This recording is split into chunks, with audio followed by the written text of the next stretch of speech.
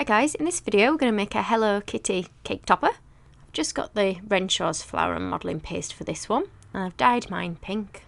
And I'm starting with a little ball that we're going to try and kind of hollow out just a tiny bit. So I'm just using my thumb to try and create like a bit of an oval shape. And then what I'm going to do is texture around this. So this is going to be part of the head. And I've just got a piping nozzle, sort of a little bit star-shaped at the end. And I'm just going to run over it. So I've just changed to a bigger one to see if I can get it done a little bit quicker. I just want to give it a bit of a fur effect because Hello Kitty is going to be wearing a little bunny costume. So once you've done that all over, you want a little bit of white modelling paste, and we're going to try and roll it into a little oval shape that fits with that dint that you put in the pink piece. Okay, just check that fits in. If you need to, you can add some edible glue or water behind it to stick it in place. And then I'm just going to push on 2 little ovals in black for the eyes. Just adding a little bit of water down the side of the face, ready for the whiskers to go on. So roll thin a piece of black, and we're going to cut some tiny little pieces off and stick these onto each side. So you'll see I've already done one side, and we'll just do the same on the other. So 3 each side, about level with those eyes that we've put on. And then we want a tiny little oval in yellow this time. So similar kind of size to the eyes. This one's going to go on lengthways, so it's wider than it is tall. Just make sure you've not got too much water or edible glue everywhere. And now we're going to make a start on the body. So we want some more of the pink. I'm just holding it upright so I can see size-wise what it looks like in comparison to the head. So the body is I've probably taken a similar amount of pink as what I used for the head. And we want to make it a little bit more kind of cone shaped to start with, and then we're going to chop off the top so that we've got a flat piece to sit the head onto.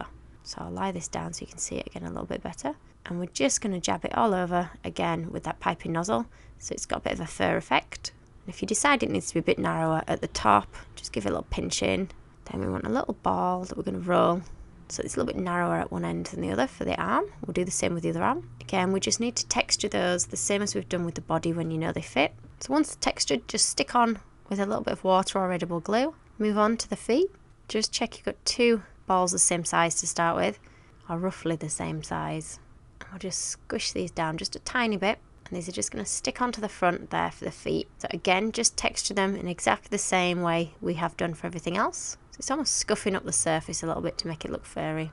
Just push them on in place with a little bit of water behind them. So it's got quite a tubby little body, which looks quite cute. And I'm just adding water to the ends of the feet so that we can add some little sort of paw print or paw pads. And I've just dyed my modelling paste a little bit darker pink. I've got a fuchsia pink in this one. So I want a larger ball near the bottom of the foot and then 3 smaller balls up near the top. And do the same on the other one. Now for the ears, just roll a small piece that we're going to flatten out into sort of quite a long oval.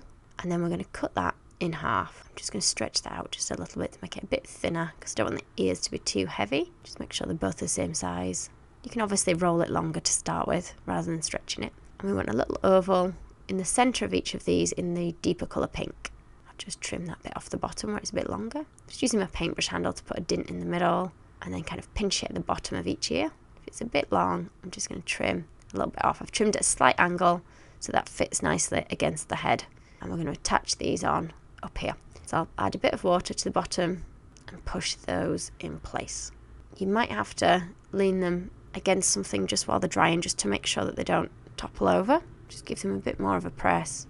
Make sure they're firmly pushed in place like that. And I've got a piece of spaghetti ready to put in between the head and body when we're going to attach it. Just make sure it's not too long that's going to pop out the top of the head, so I'll snap that off and we're just going to push that into the body like so. If you know it's not going to be eaten, you can use a cocktail stick. This modelling paste dries quite hard anyway, so probably wouldn't eat it, but you can do if you really want. So push the head on. Just make sure those ears stay in place, and just make sure you've got a little bit of water between the head and the body. So just to make sure the ears don't flop, I'm just propping her up to keep those ears in place just while we add the final touch, the little bow. So we're just going to kind of create, it's not quite a triangle, it's more a little teardrop shape in the dark pink. We'll do the same for the other side of the bow. Again, just sticking it on with a little bit of water, the opposite side. We just want something that's a circular shape. Just put a little circle near the end of each one. And we're just going to stick a small ball in the middle. I'll just push that bow together a little bit more. And that's it finished. I hope you've enjoyed the video. Thank you for watching.